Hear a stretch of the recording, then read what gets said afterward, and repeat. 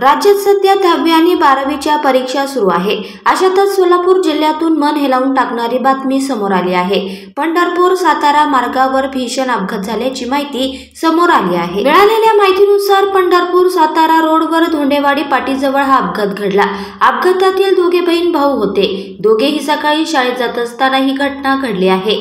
राधिका धनाजी देठे आणि चैतन्य धनाजी देठे हे लहान भाऊ आणि बहीण सकाळी नेहमीप्रमाणे सायकलवर शाळेत निघाले होते. यावेळी ट्रकने मागून येऊन बहीण भावाला चिरडले. धडक बसल्यानंतर दोघेही चाकाखाली सापडले.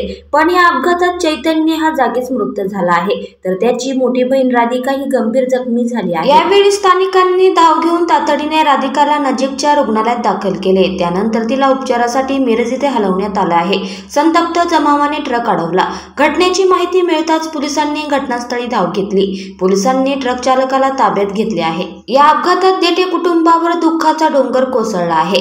अपघातात छोट्या भावाने प्राण गमावले आहे, तर बहिणीवरती रुग्णालयात उपचार सुरू आहे. या घटनेने परिसरात हळहळ व्यक्त होत आहे.